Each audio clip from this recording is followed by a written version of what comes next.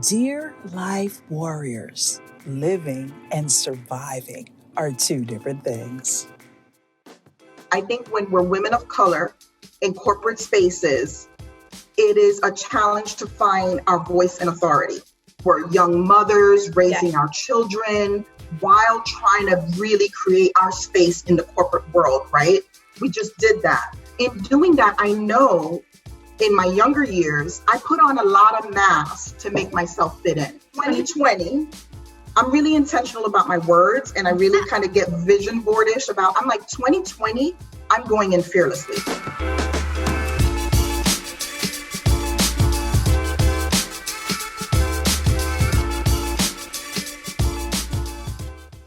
Hello, everyone. It's me, Shar, your favorite corporate life coach. And today, Dear Life Warriors is sitting down with one of my favorites, Zina Rodriguez. She is here with me all the way from Thailand.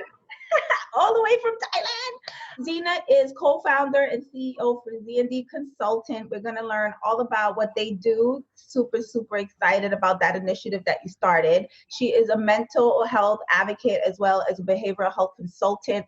I am sure I'm missing some of your titles, but welcome, Zina.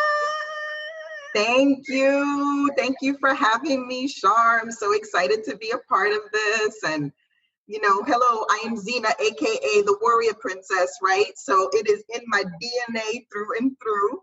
Yes. And you know what? We call the show Dear Life Warriors because I feel like I have to address all the life warriors out there in the world. So, okay, AKA. I'm super excited. So, Zina, oh my goodness, you're in Thailand right now, really late. Well, 8:30. Not too late. It's 9:30 for me, a.m. 8:30 p.m. for me, so not horrible. I know. I'm still awake, still functioning. Still fun. You look great. Thank you, love. I haven't seen you in so long. We have a little history. We used to work together. I don't even remember the year. It's that I kind of blocked all that. Right, we block a little bit. It was things we needed to block, but that's okay. That's part of the warrior in us, right? Yes. We survived some things. We did. So anyway, we survived, but we came from the behavioral health space, which is important. I think that's the one thing we have in common, that we've always been trying to do something positive in the world.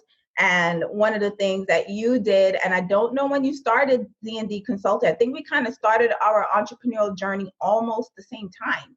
We did. Right? Was it 2018? I started in 2018. It was 2018, September 2018.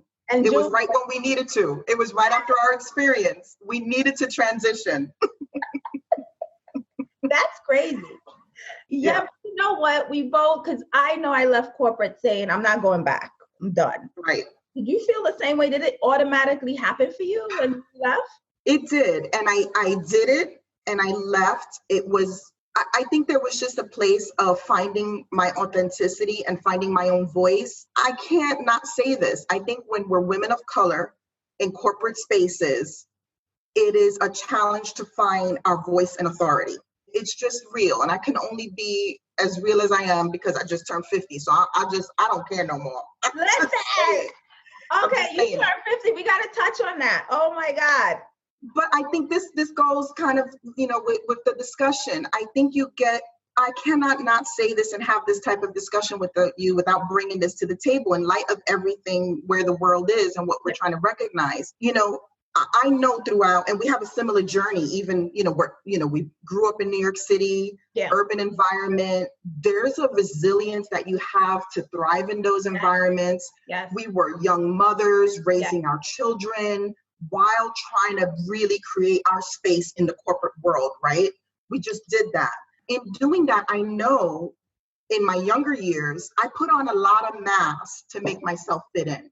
Oh my goodness. I was about to say, when you were saying what you were saying, that I almost felt like while we were creating the space, we were still kind of silent because we still had to navigate that world and not shine too much because it was never accepted or acceptable or well received. Right. There's a lot of stereotypes that go with that, right? Yeah. And so I know I played it small the majority of my career. And I think my last corporate experience really was a great learning lesson of finding my own voice. Like I just didn't have it. And I've made the mistake, you know, you keep learning and evolving, but the need to really grow into entrepreneurship was born from that. It's like, I have gone into many companies and have been successful in helping them become successful. Yes.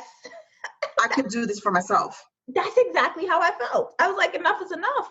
I am literally giving my all to someone else for them to be great and for them to not appreciate or even understand what you do, right?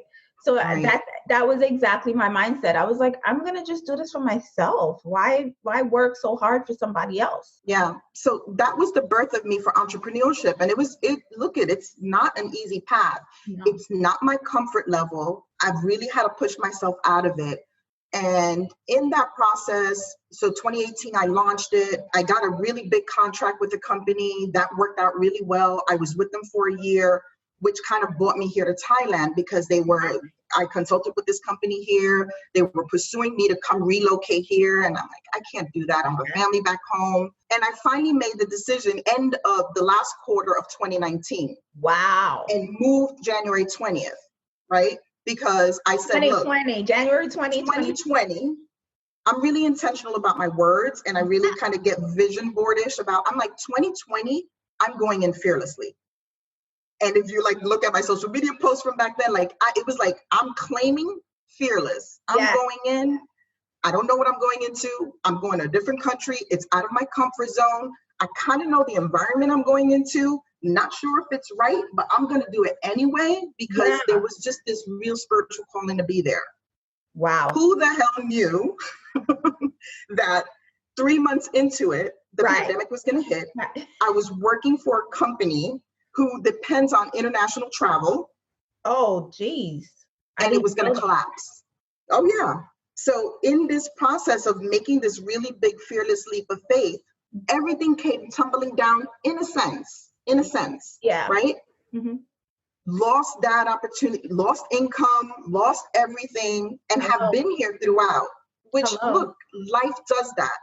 But gosh, one thing I want to say with all that to all like our young females, especially out there, make sure you build a nest egg when you can. Yeah. Don't be worrying about the Gucci bags. Don't be worrying about the Prada. When you start making some money, and even when you're not making a lot, start building your nest fund. I came here very intentional.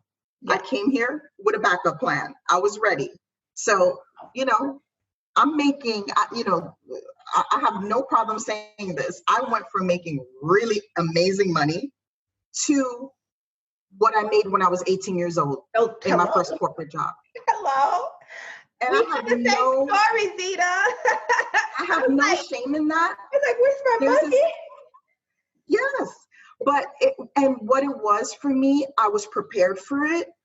And it gave me the space to slow down when everything collapsed and to realign.